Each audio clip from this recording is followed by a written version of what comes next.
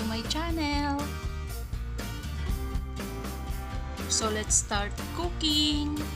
So ito ang ating tokwa. Hiwa-hiwain lamang natin ito at ating iprito.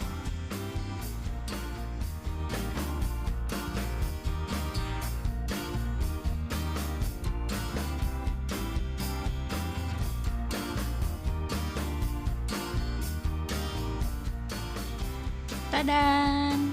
Ready for frying!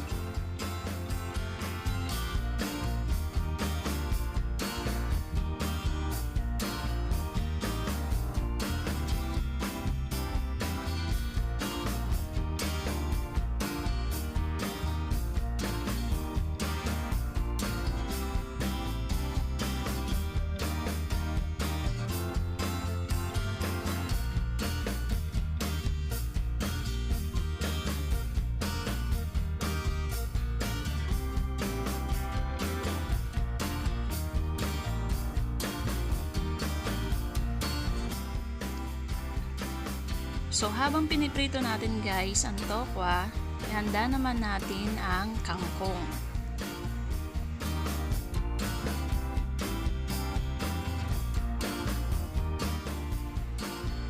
Hugasan lamang natin itong maigi.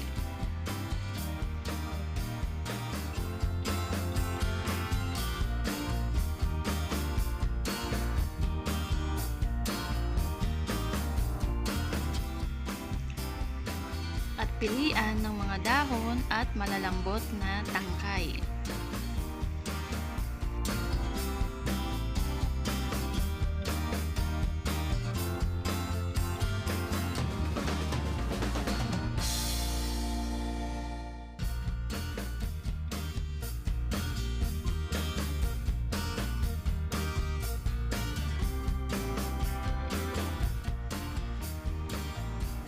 At ito na, ready na ang ating kangkong.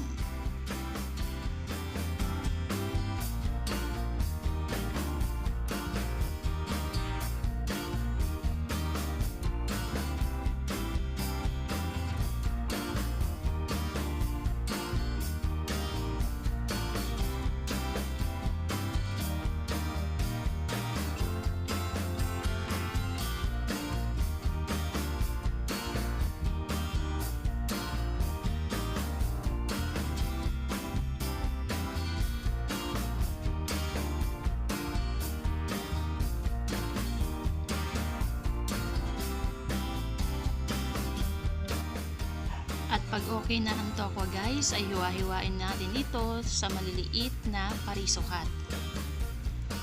So pasensya na, medyo kumonte kasi pinapapak na habang hinihiwa.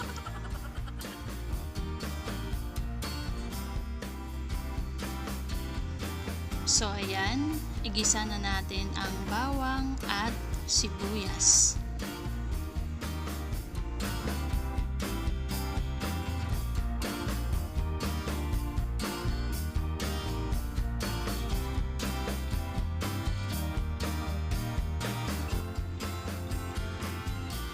Isunod natin ang kangkong.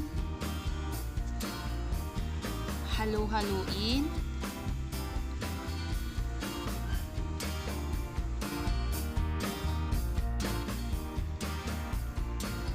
At lagyan natin ng oyster sauce.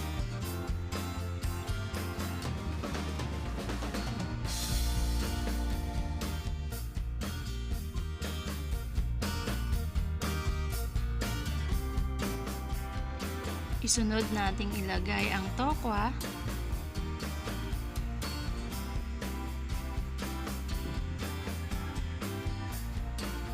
Halu-haluin lamang.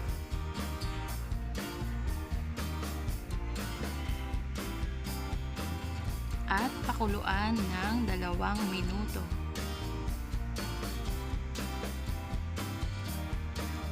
And tadan! Ready na ang ating masarap na ulam. Tofu or tokwa and kangkong with oyster sauce. Thank you for watching guys!